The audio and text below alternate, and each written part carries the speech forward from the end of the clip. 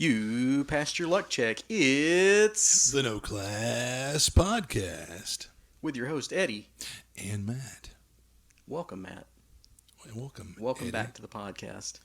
Well, thank you. Thank you very much. Now, have you ever, And welcome to all of you. in your history of marriage, Mm-hmm. have you ever forgotten an important date?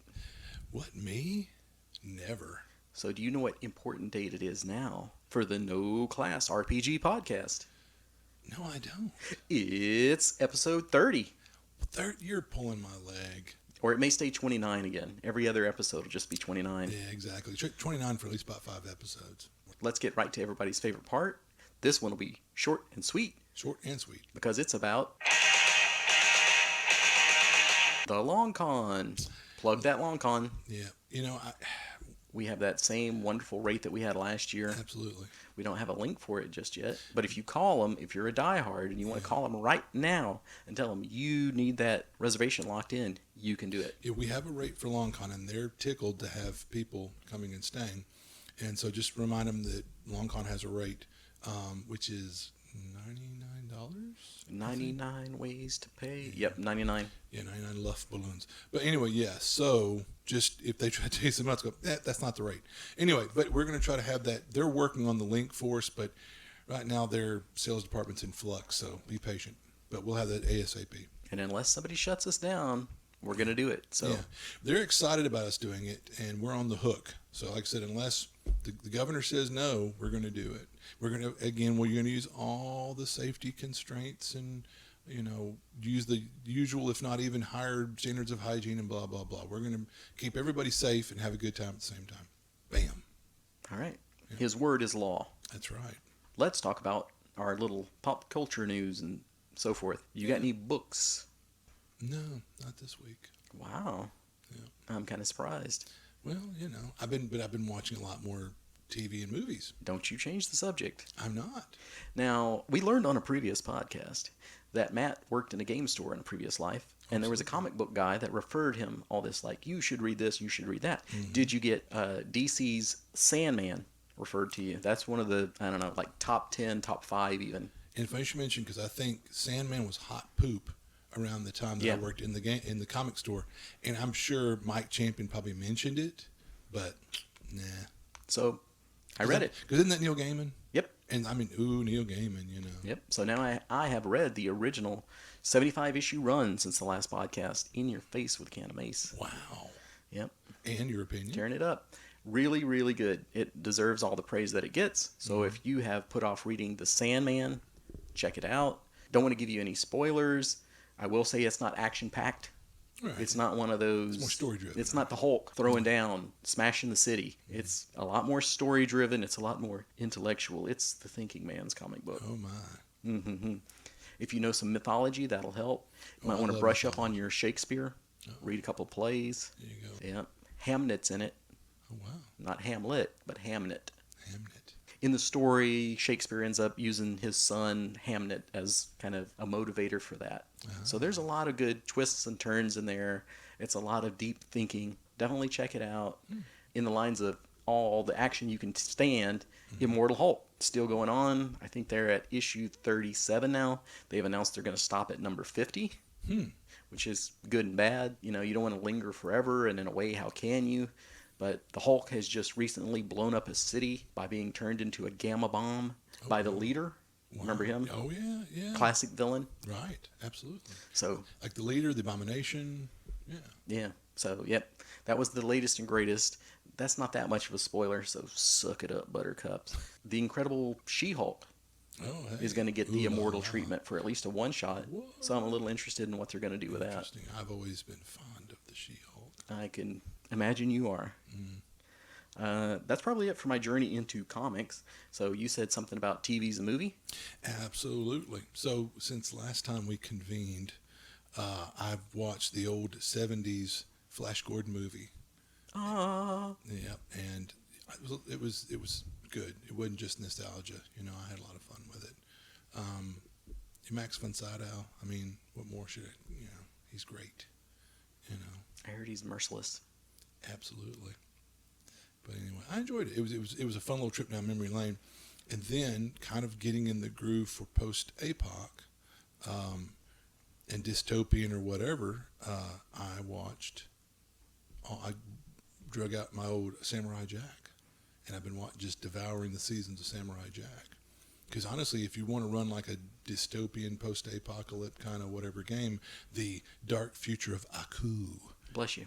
is really excellent for that. So anyway, I love Samurai Jack. It's good stuff. I've been watching Community. I never really went through and watched all that. I've seen episodes here and there, so I'm kind of going through full series on that. I'm wrapping up The Good Place, which I think I recommended that to you before, but it's about the afterlife, and there's another one where it's rife with spoilers, so I don't want to say too much, but just imagine you wake up and they tell you you're in heaven, and this is how it goes. But I thought you said Ted Danson was there. Yeah, he's an angel. Well, That's your version of heaven. that's my line in the sand. You're not a dancing fan? Not really, no. It's Wow. okay. I'm picking. I could care less about Ted Danson one way or the other. No Cheers for you? Oh, no, I've devoured Cheers in the past. You're a riddle wrapped in a mystery. An enigma, sir. Excuse my language. All right. All right, what does that leave us with? Video games.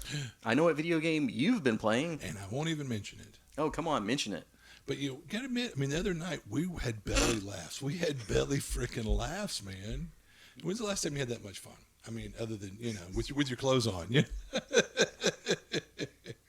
But anyway. Well, the reason we were having so many laughs that time is because there was a daily quest, because all the MMOs and stuff like that, the online games have to keep coming back every day. So one of the quests was to revive an ally 5 times. So to get that, I was climbing up these towers and jumping off. What a good sport. And landing at Matt's feet. Kersplat. And I'd revive him. And then I'd run back up. So the hilarious thing is he just did this 3 and 4 or 5 times over. So one of our other players, he just does it. He's a lemming. Jumps off too. I'm like, oh, God. It's like there must be something good about There it. must be something about that. Because this got it 5 times. That was pretty hysterical. And then there was the people that were playing the same hero that we're playing. Class, yeah. So we had to shame them, like we would antagonize them until they would do the same emote, the rah, Yeah, cheer I was emote or playing something. the Conqueror with the mace, and I was trying to get a hoorah from that guy. I didn't get a harumph from that guy. This guy won't give me a harumph, So I chased him around the map until finally he broke and did it 100 times in a row. And so the next game he's playing a Shigoki, which is what I play, and I'm laughing. So I went, well, I got to follow suit, so I'm doing the rah, and he finally gave me a rah. So it may not sound very funny, but folks, it was pretty funny. We were on the verge of tears. It was kind of hysterical. We had fun. This is something we've talked about before. The board game, This War of Mine. So I kind of went, wow, it's a downer. Mm-hmm. It's a bummer. Mm-hmm. It's about the war in Sarajevo. It's kind of supposed to be a bummer. It's a war game on the civilian side. Like if you had a Call of Duty where you didn't get to play the guy with a gun, you had to play one of the guys crouching in the house. Yeah, wow. With no guns. I have now played This War of Mine video game, which came first, and now that has explained a lot of the board game dynamics to me. So if you want to get into the board game, I would definitely suggest checking out the video game first. Interesting. I will say, from playing the board game, I had learned a lot of the dynamics going into the video game. It was kind of like, oh, okay, I know what this and that's supposed to be. Cool. And I will describe it to you because you'll get this. It's kind of like Darkest Dungeon. Uh-huh. But instead of like your paladin has too much stress and a gambling problem, it's like, oh, my 10-year-old daughter is starving to death and has PTSD. Oh, wow. And one wrong move can reset everything. Everyone dies. You lose. Wah, wah, wah. Wow. Sounds like a lot of fun. It's not. It's really as dark and depressing as the board game, which it should be when you talk about the subject matter. Yeah, sure. But if I had to recommend you one or the other, I would definitely say check out the video game. Mm-hmm. It's worth a play. If you like those kind of roguelike, faster than light, I'm trying to think of some other ones, Darkest Dungeon, the ones where you have a permadeath, you might like this. But I mean, still, it's very bleak. Mm-hmm. So there is no real winning. Survival is the win. There you go. Kind of like Call of Cthulhu or something. Hey, I didn't go mad, insane, or die. Ooh, that's a big win. Yeah. So I had one guy come in as one of the survivors, and he was slowly dying, and I was like, ah, man, bummer, this guy's gonna die, and that's gonna be it. You know, kind of like when you go from the into the night cycle into the next day and find out. Which again, that reminds me of your other game, the Mordheim. Mm-hmm. Kind of like, oh, and then you find out what happens after the battle. You find out that they're horribly maimed. Disfigured, blinded, yeah, whatever. So I was like, man, when we wake up in the morning, this guy's going to be dead. It'd be tragic. No, luckily he didn't. He was starving to death, terminally injured, completely sick. I can't remember exactly what kind of like terminal illness or something they put on him with that, where it's like he's not going to recover. Luckily, that night, he was able to gather up all the supplies in the house and take them with him when he left. What a guy! What a guy! What a game! So he probably died like a like a 2 mile feet away. away. Yeah, but where you can't find your stuff. You know, And nobody heard this guy making any noise, even though he had wheezing, guards in the gasping, house. Yeah, man, it sounds like a really fun game. It is, and it's completely fair. Awesome. I like that. So if you've got a chance, like I've got GameFly, where you can rent it, or maybe even like go to find it used, buy it and take it back the next day. But I mean, it's a fun game. It's an interesting experience, but it's bleak, and it's probably not one. If you're that guy that sits down with it and plays it for hours upon hours, You might need therapy afterwards. yeah, let me know so I can avoid you. All right. But it's a cool idea. Okay. Any other pop culture stuff that you want to go into? Not that I can think of. Did you get any feedback on our last episode? Because I've got some. You got feedback. Awesome. Yeah. We always appreciate feedback. How do they give us feedback? Sometimes on Facebook and posting under our postings, and they can do it via SoundCloud. Or with our email. Or definitely email. I don't like you right now. Thank you. That's okay, though, because I absolutely know what our email is. Because it's probably similar to noclassrpgpodcast@gmail.com. Exactly. Something along those lines, I'm sure. And if it's not that, the other guys with a No Class podcast will appreciate the feedback. They'll know exactly what you're talking about. Right on. The feedback that I got our friend Luau Lu, Hey, doesn't he do his own podcast? the This Old Dungeon podcast. Oh, So he said, this is going back to our alignment episode. I liked your guys' latest podcast. In response to the question, I see it more as a DMing tool than anything else. I feel it's almost skippable in modern games, as usually what a player does is taken care of through the episode 0. As a side note, he definitively rejects anything other than a lawful good aligned paladin. To me, the only possibility is the lawfully evil aligned anti-paladin. All other shades should just be plain old fighters or clerics. Another one for the good guys. I value that opinion. He says, cheers, and looking forward to the next podcast. Nice. And then we've got our all-time #1 star contributor, Robert Vegeta, Exactly. who says, alignment is a pretty decent indicator, and it should definitely be fluid. I definitely don't think things should be set in stone, and 100% agree with the don't prevent somebody from doing something just because of their alignment. Most times people don't know what they would be capable of doing until they're put in that situation. Right. Which, wow, that one really ties back into this war of mine, as I had, you kind of think about your alignment. To make some dark choices. Yeah, I had to rob an old couple. I had to steal food from them. Which you hate to do that, but in the moment, it's for the like to survive, just your family to survive or theirs. In the moment, it's terrible, but my family's more important to me than you are. That's what we got. You got to make these hard choices, and you probably feel terrible about it because you have a conscience. You're not evil. Chaotic evil. But yet another way to think about alignments. No, it's very fodder for some interesting thought. Yeah. So with that, we will bring it up a little bit this time around. We'll talk about something a little bit more cheerful. Death. Yay. Death in the role-playing game. Absolutely. Okay, we're not going to talk about, at least to start with, about other results. You don't have to kill the PCs to make your point. It's not creative if you kill the PCs. We're not talking about games with mechanics other than death or death alternatives. For example, Barbarians of the Ruined Earth. I don't really think they had as much of a death mechanic because I think they're more of one of those, you get knocked down, but you're going to get back up after the battle. That one's not really intended for you to die. And there are other games like that. No, there absolutely are. So I did some research. I don't want to get into bashing death right now. Sure. Like, it's not very creative. You could come up with another way to, if your players do something dumb and you feel like you have to punish them, don't punish them with death. Take away their warhorse. So I just don't want to devolve into that argument. Okay. But if you want to talk about games that don't use death, go ahead, hit it. All right. Well, what I was going to say, okay, first of all, so let's see if we can agree on something. Risk is necessary. consequences are necessary, but death for PCs. And you would say that death for PCs is necessary? Death for PCs is definitely necessary. Okay.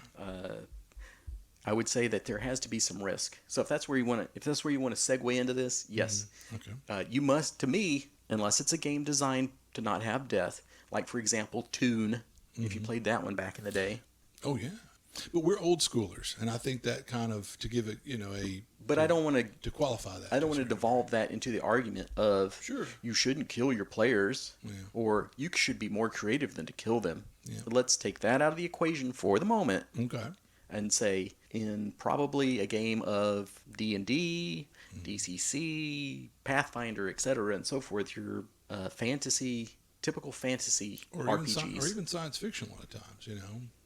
Other than, certain variants out there where you don't have a death, then death is important in the game. Sure. Well, because it goes back to, like I said, the whole risk is necessary, consequences are necessary, So, and death is a consequence in a lot of these games for things.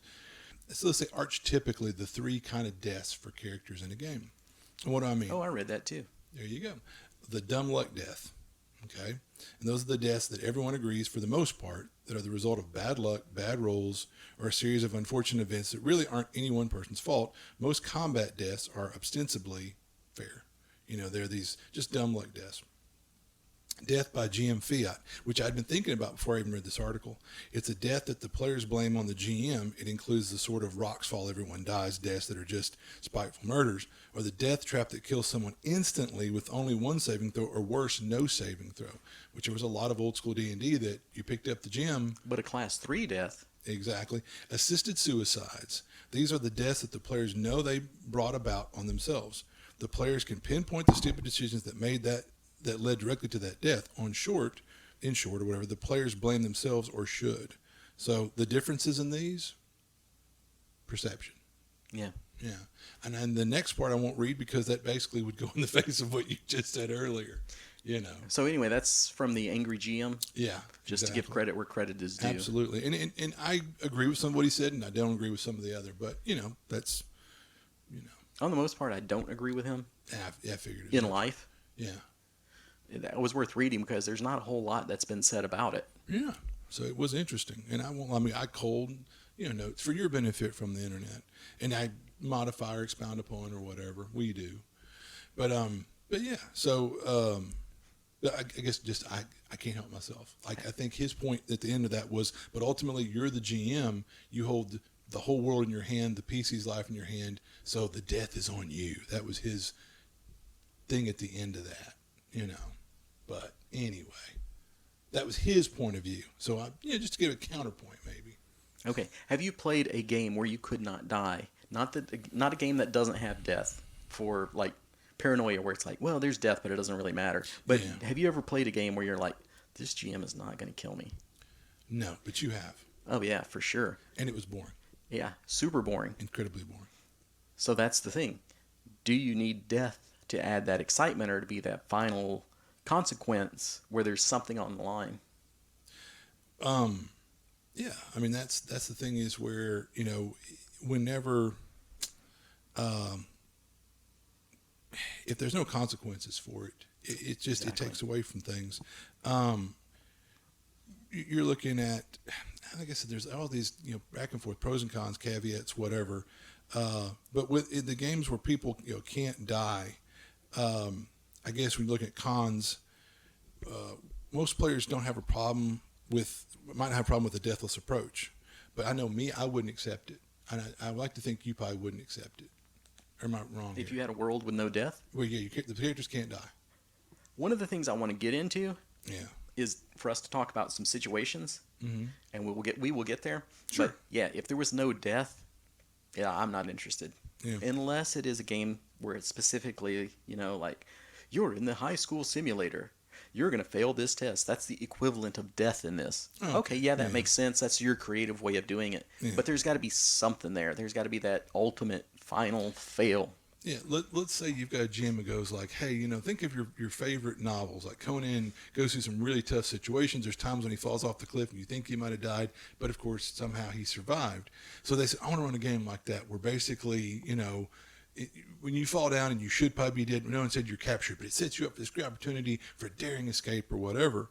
You know, but you know, But if every time you fall off of a cliff, you know you're going to get turned over and you're going to be alive. or you're going to land on that truckload of cushions or whatever, Yeah. then you're going to start throwing yourself off cliffs. Exactly. Bingo. And you knew where I was going. But It's almost like that whole For Honor thing tied back into this. yeah, well, you just throw yourself off the cliff. Why not?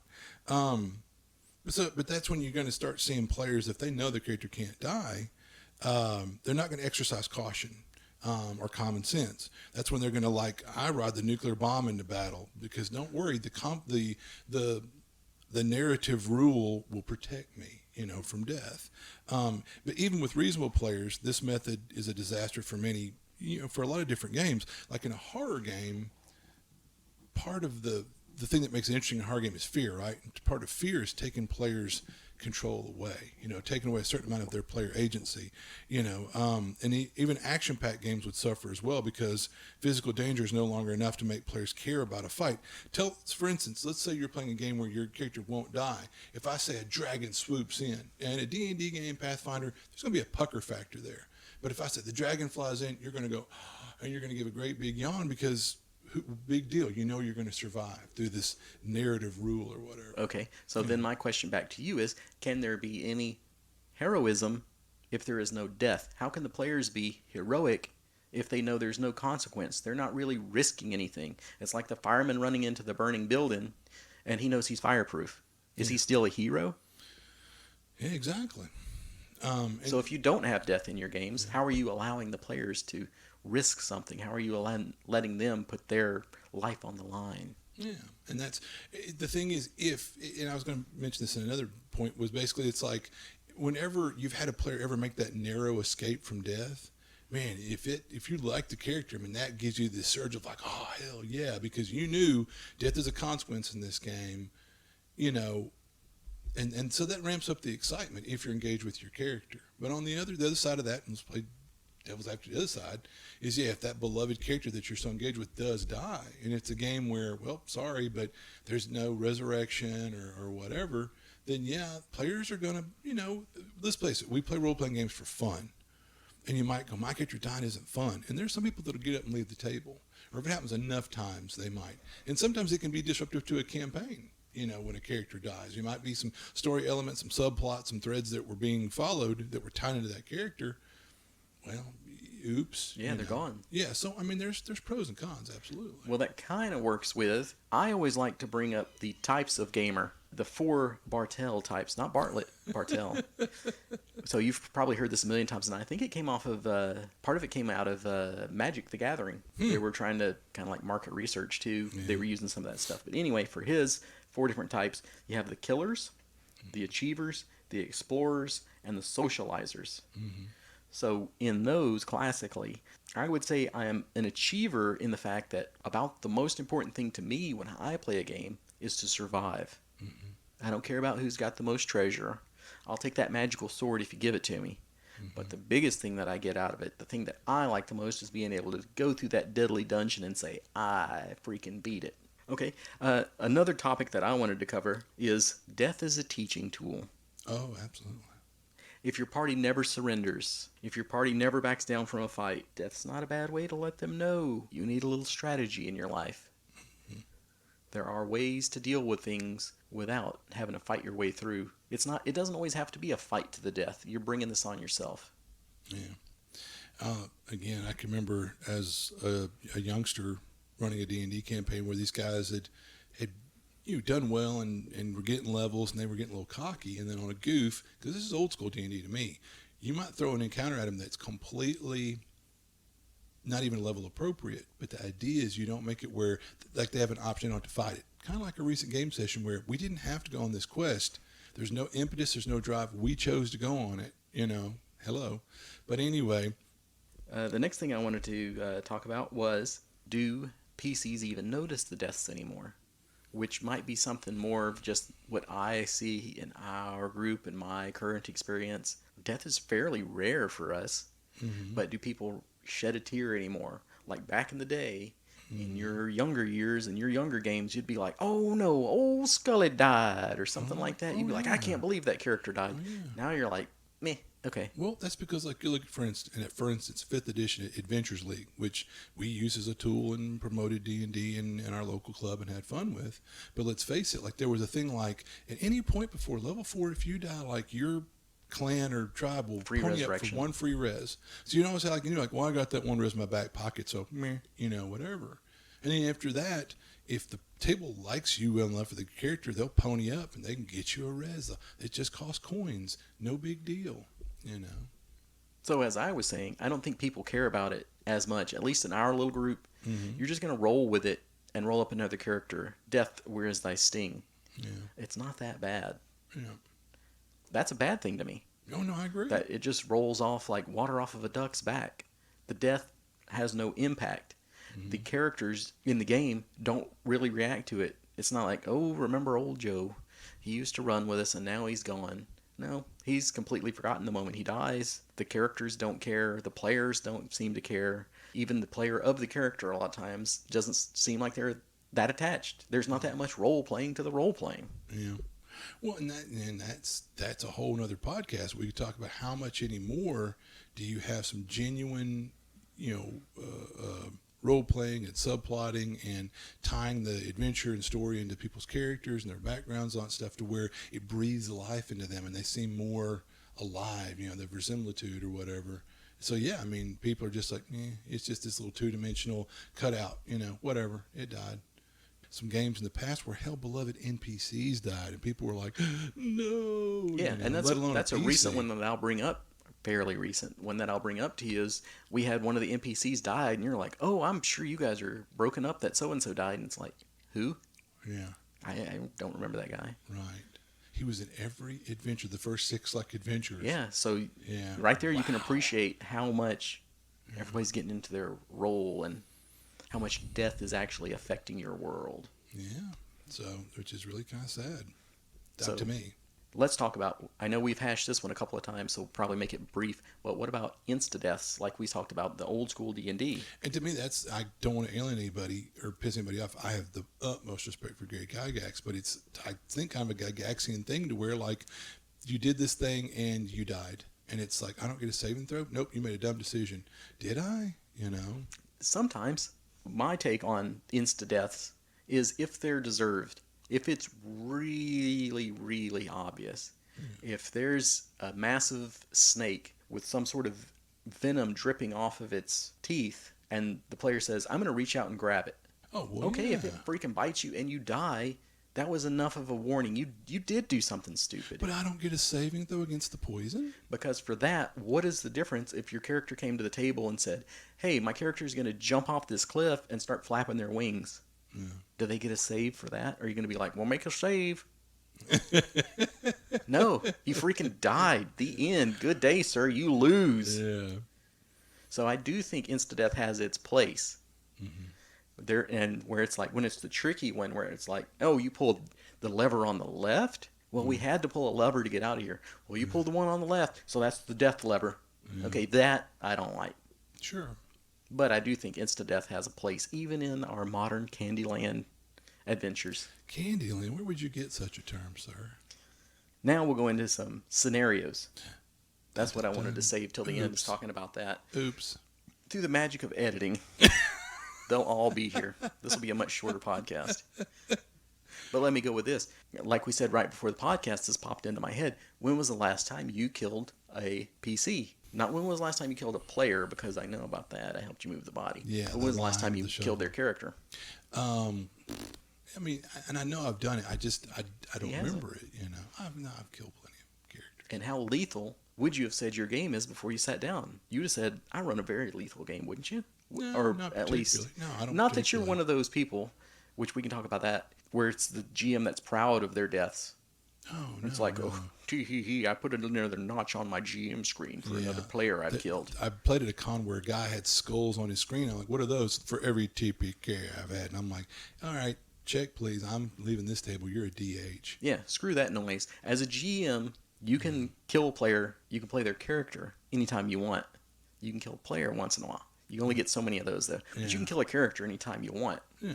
There's no finesse or grace or whatever you want to say to that. There's no big trick because you can always say rocks fall and you die. Yeah. So there's no reason to be a killer GM. Right. But I don't think there's any shame in your game either if they die. Yeah. I mean, I felt some remorse for, like, I've had TPKs before, and I just realized today I've been playing some kind of role-playing game for 40 freaking years. And that time I've only TPK'd 2 or 3 times. But anyway, and I felt bad when I TP. Because here's one thing is, let's give an example of kind of the bad side of that. Now, this is how many times you've TPK'd or how many times you've GM'd and had somebody TPK. Excuse me. You have to qualify. As a GM, games that I'm running where I've had a TPK, probably about 3 times that I can remember. Yeah. But we're talking about, like I said, call there's that one a Tuesday. Yeah. Whenever the players came back with new players, they were like, well, what's our impetus to be on this quest? Yep. We don't even know about it. We weren't there at the beginning for all the backstory. And I'm like, ugh. So I mean, it's kind of a campaign killer of sorts. But then again, those players made some bad decisions. Well, I will go into a scenario right here then for you. In my world that we talked about, the one where it was like the Lost Lands or Lands of the Lost, blah, blah, blah, jungle adventure. Land Beyond the Red Sun or whatever. There was a lot of character deaths through there because there was a party in there before you joined it. Mm-hmm. So, geez, I can't count how many deaths. So many deaths. And it was a hard, cruel world, kind of like Dark Sun. But you warned everybody it's brutal up front. But it was also a heroic world. You were supposed to be the heroes. I'm not going to tone it down for you. It's a lethal world. I am rooting for you.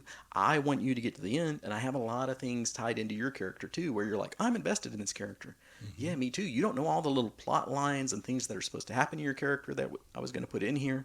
So I've put in time to it.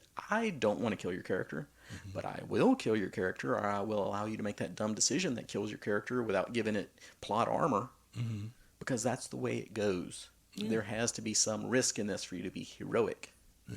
So, yeah, we had a lot of deaths. It's kind of like you're supposed to be the chosen hero. How many iterations of that before you can go to as the GM before you're like, yeah, okay. And that's kind of where that world went to, where I was like, I need to walk away for a bit. Yeah, and I'll give you some insight in that. At one point, I had the opportunity, like, how would you like your character you've been playing for a while and has survived all this nonsense? He has an opportunity to be like the captain of the guard in the town. And I went, oh, I leapt on it. And you're like, why? And I said, because then, at least then, he survives. He survives. Like, even if, my next character dies and the next one, it's like, that one will survive, and hey, he's the captain of the guard now. And so that was, I won't lie, that was kind of my, that was my modus operandi. That was my thought process was, whew. But yeah, because, I mean, even though Eagle Eye, he's lost at sea in that world. So he's not necessarily dead, but he's lost at sea or something. And then the one guy is the captain of the guard. It seemed like there was another character, and I can't even remember now, because that's about the time we were like, let's take a break. But anyway, it was a fun campaign. It was a great world. It was a lot of had good times. And there's a neat, our retired characters got involved in backstories and plots and subplots and schemes, and it was sweet. And you guys were being visited by characters from the previous party. Exactly, yeah. And like Batman. Yeah, one thing that I liked it probably might not be the most original thing, but it's pretty original in my experience, was just like everything that the previous parties screwed up, your current characters had to deal with. Yeah, I liked that. At one point, that was a consequence. You were like, hey, guess what? Just so you know, the thing y'all have been dealing with that's been stymieing y'all for the last 5 sessions is y'all cleaning up a mess that the previous player group had totally screwed something up. And I'm like, wow, that makes me hate them. Yeah, you guys didn't know because it was all predicated off of a lie from the previous party that they said, oh, yeah, you have to go here to take care of that, which wasn't true, and that they were involved in making the mess. And if they'd come clean, you guys could have been straight to the source, boom, boom, boom, taking care of it. But I like that because there's that adds those layers, the verisimilitude, whatever. Yeah, but we're going off track. But, yeah, thanks to death. Yeah. Thanks to player deaths, character deaths. Yeah. Another one, you'll love this one because this is one of the ones that I wanted to talk about when we talked about death, and I think we've briefly mentioned it on the podcast before because we briefly mentioned everything. Yeah. There was that one that you were running where I taunted you. I begged you to kill us. I dared you to kill us. Wasn't that a fun game? I enjoyed it. I know you remember because it's one that we talk about a lot. Oh, I remember for sure. But I remember exactly other than just being a pain in the ass. Yeah. Which you are so often. Do you know what my motivation was for doing that? oh, I should know this, but If there is no death in the game, Mm-hmm. because that wasn't my character telling the, what was it, hobgoblins, Kobolds. whatever had the Kobolds. drop on us. it was kobolds. It wasn't my character telling the enemy, you should kill us or you're a pansy. That was me, the player, telling the GM, you've got to. There's got to be consequences to this, or why are we even playing? And I'll tell you this, dear listener, it was funny was we had This is the part you like. yeah, we had a lady player, and I love her to Leeler. death. Yeah, and just she's awesome. But anyway, her cleric is over here, whips around looking at him. He's like, "What are you? Shut up! Would you shut up? Don't taunt him." And about this time, she got so hot, she had to go to the bathroom and compose herself for a minute because she was so pissed at Eddie for taunting me. Because I was like, "I'll kill you, Holmes. I'm the GM. I snap my fingers right while you're dead." I mean, but anyway, That was our Predator moment. Kill me. Do it now. Kill me now. But hilarious enough, I put my thumb on it. And I was like, "Come on, man!" I was like, "Make a charisma check, a persuasion." You're like, "That's not my character's thing. It's not his bag." But any character in 5th edition, that's the great part about 5th is anybody can do anything. Clunk's out a 17 persuasion check. They were like, they had done some damage to the other party, some pretty significant damage, but I had hurt their side pretty well too. It was a Mexican standoff. They were while they were considering, they hesitated, and it was part of the adventure. It wasn't me saving the day. This planned flood comes through, and anyway, the flood separates the two groups. So they picked up their casualties and went their separate ways. It was in a sewer, but anyway. So that's one of the stories I love to tell Yeah. about death, and Matt likes to tell about Leela getting mad at me. Yeah, that redhead was hot. But this should go to prove my point that I'm not a GM that's like, I'm going to kill all your characters. I want that same thing put Tit for back on tat. me. Yeah. Keep like it I fair said, and honest. Yeah, I wouldn't impose anything on somebody that I would impose on myself. Yeah. And if you want to talk about the value of death, and welcome to the let me tell you about my character portion of the show, is another one of our games that we played that you'll remember oh so well, where all of us had been knocked down in the Scales of War 4th edition. Mm-hmm. And that was it. Oh yeah. What was it? The Naga Queen. or Naga, whatever. yeah. She was just going through and kind of crushing us all and Yeah. just, completely wiping us out. Mm-hmm. And then we made that one save to stand up and get one last hit. Mm-hmm. If there hadn't been the threat of death and TPK in that situation, Oh, yeah. would we even be talking about that anymore? Exactly. That's one of the more memorable moments. Let's face it, from Scales of War. So without death in your game, where do you get that kind of excitement? Crits are not as critical No. success. The highs are not as high and the lows are not as low. Yeah. And there are people that would argue against it, but I mean, Those people are wrong. But Leave us a comment. yeah, but definitely, I know I would cut my teeth, back on 1st edition and box sets and whatnot, and I won't lie. As kids, we didn't even use resurrection. Like if you died, you were dead. My players were so careful. Like after the time, it's funny. Like talking about an example, Cody when he first joined us was your We'll typical talk about Cody. happy-go-lucky player. We'll talk about him. But after you smoked us in Death Frost Doom, he was so puckered for like 6 months after that. He's like, I won't touch it. I won't go near it. Let's run the other way. he went Death- too far in the other direction. Death is a teaching tool, Yeah. but apparently that lesson has worn off. Yeah. Maybe it's time to bring out the bat again. Because when we're talking about death, one of the worst deaths is if your computer dies. And if your computer dies, do you know where to go? You go to the Longview Computer Center. There you go. They'll fix up your computer like it never happened. And they'll centralize it. Anywhere you want, That's right. completely centralized. Absolutely. And since we're talking about the fine proprietor, let's talk about our most recent Dun, dun, dun. adventure here in Mike Evans' Barbarians of the Ruined Earth game that we've been playing. Yeah. Having a lot of fun with. I guess just to add this in, I've got a lot of TPKs under my belt. Oh, sure. And I'm not bragging about it because, like I said, anybody He's can a do it. dick. But I run a bunch of stuff with that. Like I'll run the Lamentations module where it's like, Teehee, you're not going to survive. Oh, yeah. Or, something like Death House. Yeah. If you play dumb, you're not going to make it. Oh, yeah. But that's what I like. It's kind of like you run what you would like to play. Sure. So that's what I want. I want that challenge to survive. So But anyway, that's not a campaign. That's a one-off. I'm going to quantify Death House.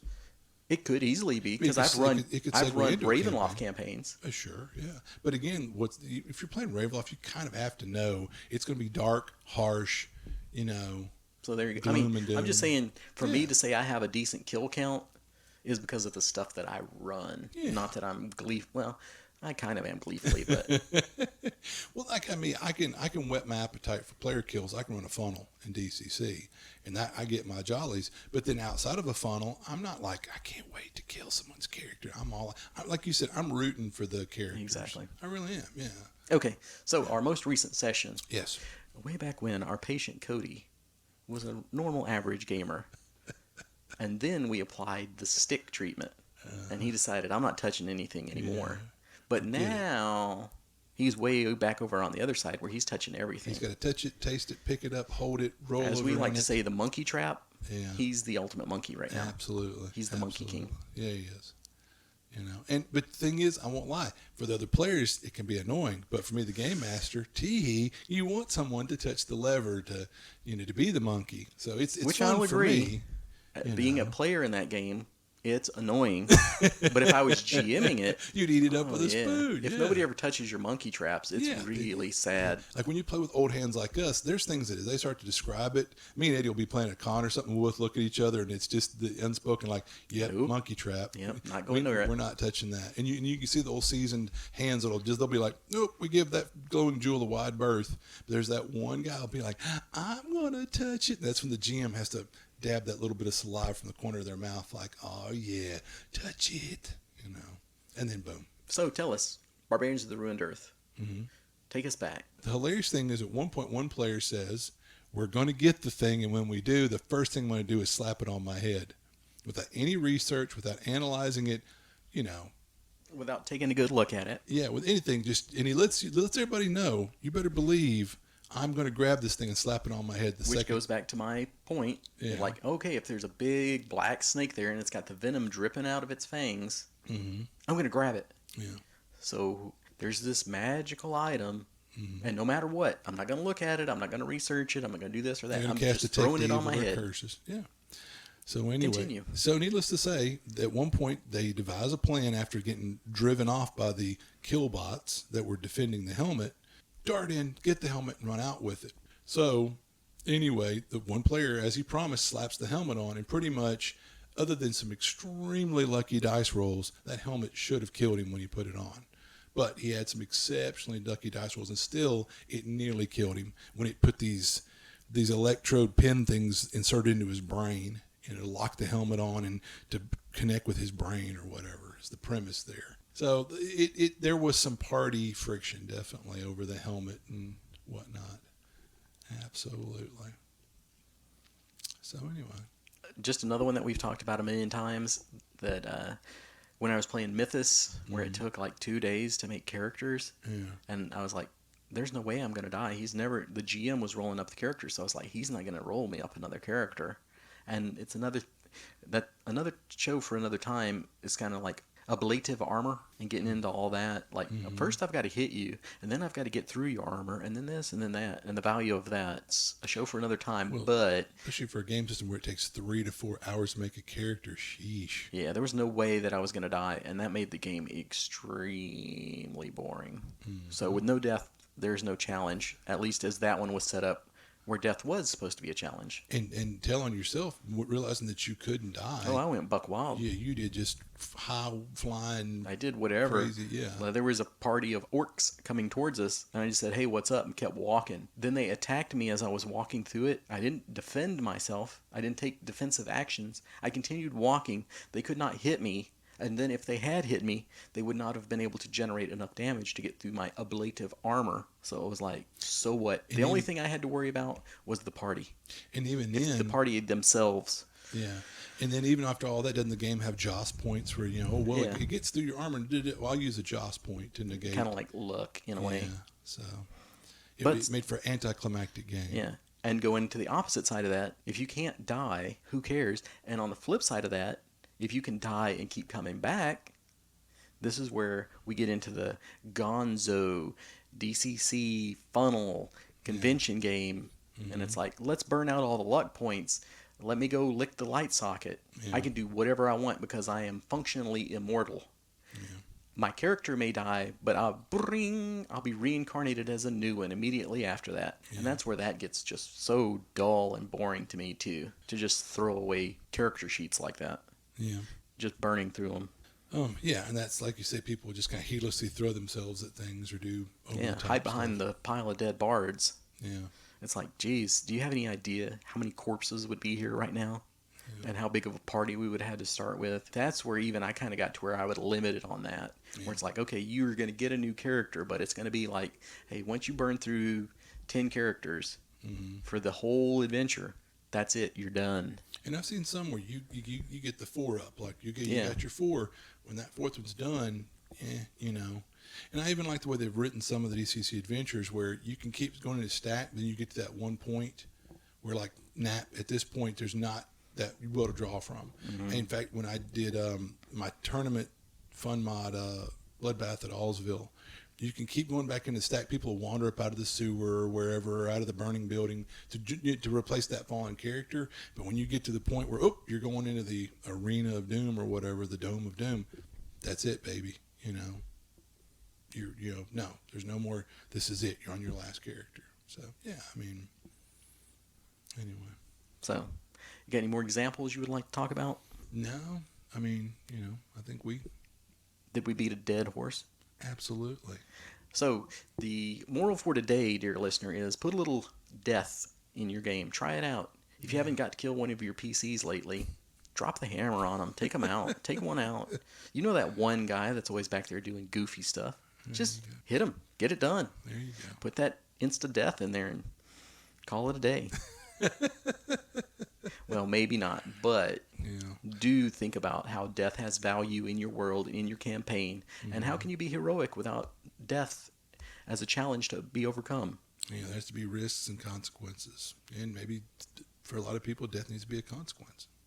Indeed, even for podcasts, because I can see by the clock on the wall that we're all out of hit points like a 0 level character. I can't take a breath without seeing Mr. Death.